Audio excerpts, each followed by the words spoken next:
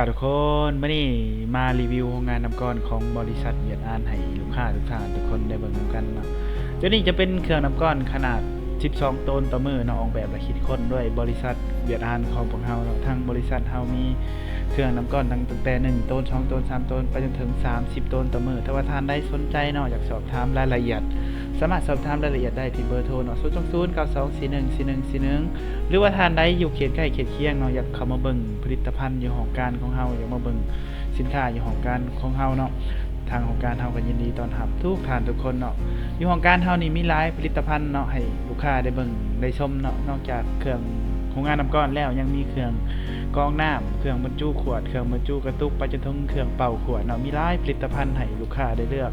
เบิ่งเลือกซื้อได้ตามใจเนาะถ้าว่าทานได้ไกลไปไกลมาก็ของการตั้งอยู่บ้านห้องสุภาพเมืองไซเสถานครหลวงเวียงจันทน์เนาะของการของเฮายินดีต้อนรับทุกท่านทุกคน